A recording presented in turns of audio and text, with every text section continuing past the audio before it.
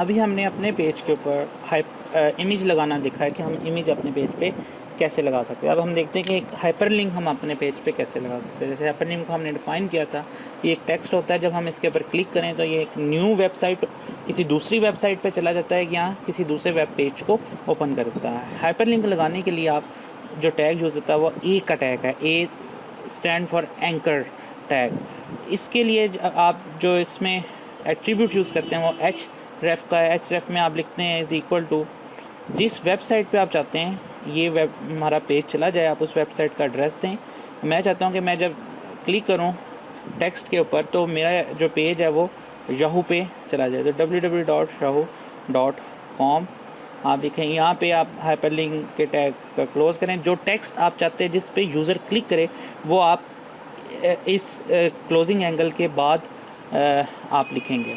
यहाँ पे आप लिखें क्लिक में, और आप लिख सकते हैं कि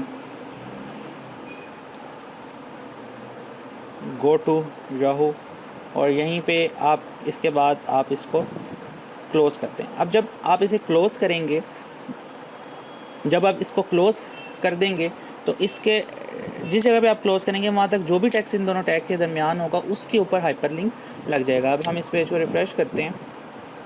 मैं इस पेज को ओपन कर लेते हैं हम लोग, तो आप देख रहे हैं कि यहाँ पे गो टू याहू का लिंक आ रहा है। आप इस पर क्लिक करेंगे तो ये आपको याहू पे ले जाएगा। अभी आप देखें लास्ट पेज के ऊपर जो है हम लोगों ने इमेज लगाया था। अब ये इमेज इस तरह नज़र आ रहा है। इमेज क्योंकि मैंने जो है इमेज को जो पाथ यहाँ पे इमेज का पाथ है वो ये था pic1.jpg, लेकिन इमेज मैंने दोबारा इमेजेस के फोल्डर में कॉपी कर दिया, उस वजह से इमेज हमें नज़र नहीं आ रहा। यहाँ पे मैं ले देता हूँ images/pic.jpg, तो ये अब हमें इमेज नज़र आ जाएगा। अभी आप देखें ये इमेज है, इसके बाद यहाँ पे हाइपरलिंक है। आप अगर यहाँ पे ब्रेक का टैग यूज़ कर लेंगे तो हाइपरलिंक नेक्स्ट पेज पे आ जाएगा। इसी तरह हम ये भी कर सकते हैं, जिस तरह लास्ट टाइम हमने देखा था कि हम tag with in tags use कर सकते हैं। एक टैग के अंदर हम दूसरे टैग को यूज़ कर सकते हैं। मैं ये भी कर सकता हूँ हाइपरलिंक का टैग इस इमेज के साथ लगा दूँ, यानी कि जब मैं इस इमेज के ऊपर क्लिक करूँ फिर मेरा पेज याहू के ऊपर जाए। उसको करने के लिए मैं सिंपली क्या करूँगा, इस इमेज के टैग को जो मैंने यहाँ पे लिखा है इसे यहाँ से कट करूँगा और गो टू याहू की जगह पे मैं ये वाला इमेज का टैग डाल दूँगा। अब इसका मतलब ये हुआ मेरा जो हाइपर लिंक है वो इस इमेज के टैग के ऊपर अप्लाई हो रहा है, और इमेज का टैग क्या करेगा, मुझे पिक्चर दिखा देगा। यानी कि फाइनली मैं जब पिक्चर के ऊपर क्लिक करूँगा तो मैं याहू वाली वेबसाइट पे चला जाऊँगा। अब देखिए आप जब इसके ऊपर लेके आएंगे तो ये हाथ का साइन बन जाएगा, और जब आप इसके ऊपर क्लिक करेंगे तो आपका जो पेज है वो याहू का पेज ओपन होगा। इस तरह हम अपने इमेजेस के ऊपर हाइपर लिंक लगा सकते हैं। अगर आप टेक्स्ट के ऊपर भी हाइपर लिंक लगा सकते हैं। एडिशनली अभी हमने देखा था कि वेबसाइट के ऊपर अगर आप ये देखें याहू के पेज के ऊपर यहाँ पे जो ये आपको नज़र आ रही हैं, ये बुलेट्स नज़र आ रही हैं, इसको हम लिस्ट बोलते हैं। अब हम देखते हैं कि लिस्ट कैसे लगाते हैं।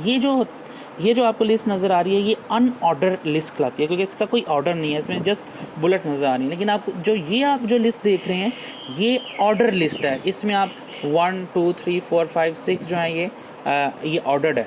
अभी हम देखते हैं कि ऑर्डर और अनऑर्डर लिस्ट कैसे लगाई जा सकती है अपने पेज के ऊपर। जब भी आप लिस्ट लगाएंगे, अनऑर्डर लिस्ट लगाने के लिए आप जो टैग यूज़ करेंगे वो यूएल का टैग है। आप यूएल का टैग स्टार्ट करेंगे, UL stand for unorder list. UL का टैग को क्लोज़ करेंगे। अब जितनी जो आपने लिस्ट लगानी है, जितनी आप चीज़ें बुलेट्स में लिखना चाहते हैं उन सबको आप LI यानी कि लिस्ट आइटम के टैग के अंदर लिखेंगे। आप ये कर सकते हैं लिस्ट आइटम LI, और यहाँ पे आप लिखें फॉर एग्ज़ाम्पल मैं इधर लिख लेता हूँ ये हॉटमेल वेबसाइट है। इसके अलावा लिस्ट आइटम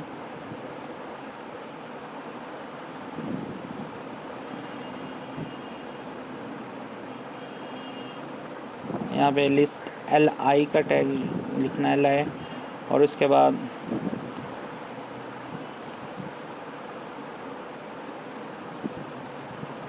ये हमारी बुलेट्स में ये तमाम चीज़ें आएंगी। हॉटमेल याहू एंड पाकिस्तान जो है ये सब कुछ बुलेट्स में आपको नज़र आएगा। अभी हम इसे सेव करते हैं अपने पेज को हम दोबारा ब्राउज़र में ओपन करते हैं, तभी आप देखें ये आपको बुलेट्स की शक्ल में नज़र आ रहा है, हॉटमेल, याहू एंड पाकिस्तान।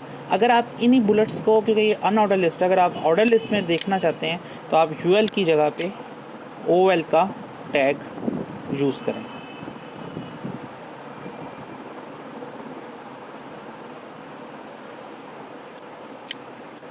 अब आपको जो है ये ऑर्डर्ड लिस्ट नज़र आएगी, जिसमें 1 2 3 आपको आप इस तरह जो आपके कंटेंट्स हैं वो डिस्प्ले होंगे। HTML में बाज़ बात हमको डेटे को टेबलर फॉर्म में शो करना होता है। जिस तरह अभी आप एक टेबल देख रहे हैं, ये इस फॉर्म को जब हम डेटे को इस फॉर्म में शो करते हैं, इसको हम टेबलर फॉर्म कहते हैं। हर एक टेबल के अंदर रोज़ होती हैं। जिस तरह इस टेबल में 5 रोज़ हैं। एक ऊपर ये हेडर रो है जिसमें student name, Urdu marks, English marks और टोटल मार्क्स हैं। इसके अलावा एक नीचे वाली रो है जिसे हम डाटा रो कहते हैं, जिसमें एक्चुअल स्टूडेंट का नाम और उसके मार्क्स वगैरह एंटर है। तो इस टेबल के अंदर टोटल 5 रोज़ हैं। हर रो के अंदर एक बॉक्स है, उसको हम टेबल सेल कहते हैं। जिस तरह ये सुमान जिस बॉक्स में इसको हम एक टेबल सेल कहेंगे, इस तरह ये दूसरा टेबल सेल है, इस तरह ये तीसरा टेबल सेल है। हर एक रो के अंदर बहुत सारे टेबल सेल हो सकते हैं। इन दिस केस हमारी सब रोज़ के अंदर टोटल 4 टेबल सेल हैं। 1 2 3 4 ये टेबल सेल हैं। तो टोटल अगर हम एक टेबलर इंफॉर्मेशन देखें तो इसके अंदर 3 कंपोनेंट होते हैं। एक टेबल का कंपोनेंट, एक रो का कंपोनेंट और हर रो के अंदर एक टेबल सेल का कंपोनेंट। इसको अगर हमने HTML रिप्रेजेंट करना हो तो टेबल को, जब भी हम टेबल को लिखना स्टार्ट करते हैं तो हम टेबल के टैग से स्टार्ट करते हैं।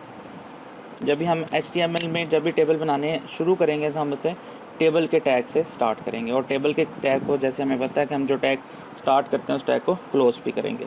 अगर टेबल के अंदर आप एक रो ऐड करना चाहें तो आप उसके TR के टैग से स्टार्ट करेंगे। TR हम इसमें, और इसके बाद इस TR को क्लोज भी करेंगे।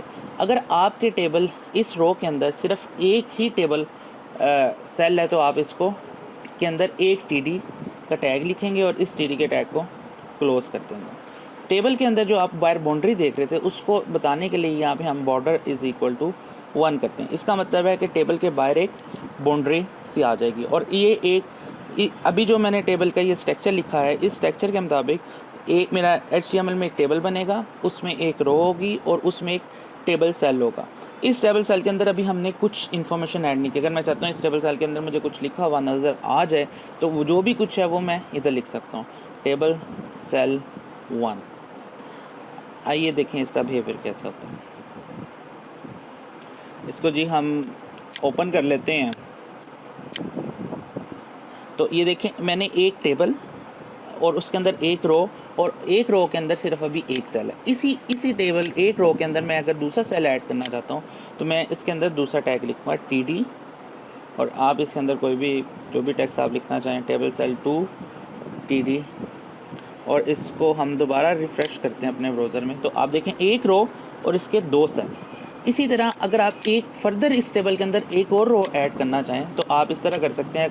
नया रो का टैग स्टार्ट करें, रो के टैग को क्लोज कीजिए, फिर आप उसके बाद फिर TD का टैग स्टार्ट करें।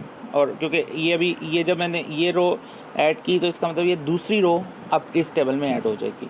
और इस दूसरी रो के अंदर मैं 2 ही कॉलम टेबल सेल लगाना चाहता हूँ तो मैं इधर एक TD का टैग स्टार्ट, TD का टैग ऑफ और रो टू सेल 1, ठीक है, इसका नाम हम रख लेते हैं रो 2। और ये दूसरा TD का टैग रो 2 एंड सेल 2, तो इस TD के टैग को क्लोज। इसे रिफ्रेश करते हैं। अब ये देखें कि अभी हमारे पास जो टेबल है ये इसका जो सेल जो नंबर ऑफ़ रोज़ हैं वो 2 रोज़ हैं, और 2 जो हैं वो हर रो के अंदर 2 टेबल सेल्स हैं, ठीक है जी।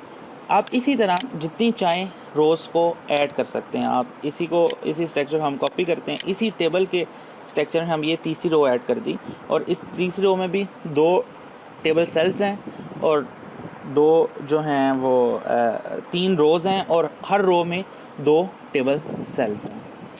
अभी हम इसको रिफ़्रेश करते हैं तो आप ये देखें, ये टेबल का एक जेनेरिक बिहेवियर होता है। HTML में बाज़ बात हमको डेटे को टेबलर फॉर्म में शो करना होता है। जिस तरह अभी आप एक टेबल देख रहे हैं, ये इस फॉर्म को जब हम डेटे को इस फॉर्म में शो करते हैं, इसको हम टेबलर फॉर्म कहते हैं। हर एक टेबल के अंदर रोज़ होती हैं। जिस तरह इस टेबल में 5 रोज़ हैं। एक ऊपर ये हेडर रो है जिसमें student name, Urdu marks, English marks और टोटल मार्क्स हैं। इसके अलावा एक नीचे वाली रो है जिसे हम डाटा रो कहते हैं, जिसमें एक्चुअल स्टूडेंट का नाम और उसके मार्क्स वगैरह एंटर हैं। तो इस टेबल के अंदर टोटल 5 रोज़ हैं। हर रो के अंदर जो एक बॉक्स है उसको हम टेबल सेल कहते हैं। जिस तरह ये सुमान जिस बॉक्स में इसको हम एक टेबल सेल कहेंगे, इस तरह ये दूसरा टेबल सेल है, इस तरह ये तीसरा टेबल सेल है। हर एक रो के अंदर बहुत सारे टेबल सेल हो सकते हैं। इन दिस केस हमारी सब रोज़ के अंदर टोटल 4 टेबल सेल हैं। 1 2 3 4 ये टेबल सेल हैं। तो टोटल अगर हम एक टेबलर इंफॉर्मेशन देखें तो इसके अंदर 3 कंपोनेंट होते हैं। एक टेबल का कंपोनेंट, एक रो का कंपोनेंट और हर रो के अंदर एक टेबल सेल का कंपोनेंट। इसको अगर हमने HTML रिप्रेजेंट करना हो तो टेबल को जब भी हम टेबल को लिखना स्टार्ट करते हैं तो हम टेबल के टैग से स्टार्ट करते हैं। जब भी हम HTML में जब भी टेबल बनाने शुरू करेंगे तो हम उसे टेबल के टैग से स्टार्ट करेंगे और टेबल के टैग को जैसे हमें पता है कि हम जो टैग स्टार्ट करते हैं उस टैग को क्लोज भी करेंगे। अगर टेबल के अंदर आप एक रो ऐड करना चाहें तो आप उसके TR के टैग से स्टार्ट करेंगे। TR हम इसमें और इसके बाद इस TR को क्लोज भी करेंगे। अगर आपके टेबल इस रो के अंदर सिर्फ एक ही टेबल सेल है तो आप इसको के अंदर एक TD का टैग लिखेंगे और इस TD के टैग को क्लोज कर देंगे। टेबल के अंदर जो आप बाहर बाउंड्री देख रहे थे उसको बताने के लिए यहाँ पे हम बॉर्डर इज़ इक्वल टू 1 करते हैं। इसका मतलब है कि टेबल के बाहर एक बाउंड्री सी आ जाएगी। और ये अभी जो मैंने टेबल का ये स्ट्रक्चर लिखा है, इस स्ट्रक्चर के मुताबिक एक मेरा HTML में एक टेबल बनेगा, उसमें एक रो होगी और उसमें एक टेबल सेल होगा। इस टेबल सेल के अंदर अभी हमने कुछ इन्फॉर्मेशन ऐड नहीं की। अगर मैं चाहता हूँ इस टेबल सेल के अंदर मुझे कुछ लिखा हुआ नज़र आ जाए तो वो जो भी कुछ है वो मैं इधर लिख सकता हूँ, टेबल सेल 1। आइए देखें इसका बिहेवियर कैसा होता है। इसको जी हम ओपन कर लेते हैं। तो ये देखें, मैंने एक टेबल और उसके अंदर एक रो और एक रो के अंदर सिर्फ अभी एक सेल है। इसी टेबल एक रो के अंदर मैं अगर दूसरा सेल ऐड करना चाहता हूँ तो मैं इसके अंदर दूसरा टैग लिखूँगा TD और आप इसके अंदर कोई भी जो भी टैग्स आप लिखना चाहें, टेबल सेल 2 TD और इसको हम दोबारा रिफ़्रेश करते हैं अपने ब्राउज़र में तो आप देखें एक रो और इसके 2 सेल। इसी तरह अगर आप एक फर्दर इस टेबल के अंदर एक और रो ऐड करना चाहें तो आप इस तरह कर सकते हैं। नया रो का टैग स्टार्ट करें, रो के टैग को क्लोज कीजिए, फिर आप उसके बाद फिर TD का टैग स्टार्ट करें। और क्योंकि ये जब मैंने ये रो ऐड की तो इसका मतलब ये दूसरी रो अब इस टेबल में ऐड हो जाएगी। और इस दूसरी रो के अंदर मैं 2 ही कॉलम टेबल सेल लगाना चाहता हूँ तो मैं इधर एक TD का टैग स्टार्ट, TD का टैग ऑफ और रो 2 सेल 1, ठीक है, इसका नाम हम रख लेते हैं रो 2। और ये दूसरा TD का टैग रो 2 एंड सेल 2, उस TD के टैग को क्लोज। इसे रिफ्रेश करते हैं। अब ये देखें कि अभी हमारे पास जो टेबल है ये इसका जो सेल जो नंबर ऑफ़ रोज़ हैं वो 2 रोज़ हैं और 2 जो हैं वो हर रो के अंदर 2 टेबल सेल्स हैं, ठीक है जी। आप इसी तरह जितनी चाहें रोज़ को ऐड कर सकते हैं। आप इसी स्ट्रक्चर हम कॉपी करते हैं, इसी टेबल के स्ट्रक्चर में हम ये तीसरी रो ऐड कर दी और इस तीसरी रो में भी 2 टेबल सेल्स हैं और 2 जो हैं वो 3 रोज़ हैं और हर रो में 2 टेबल सेल्स हैं। अभी हम इसको रिफ़्रेश करते हैं तो आप ये देखें, ये टेबल का एक जेनेरिक बिहेवियर होता है।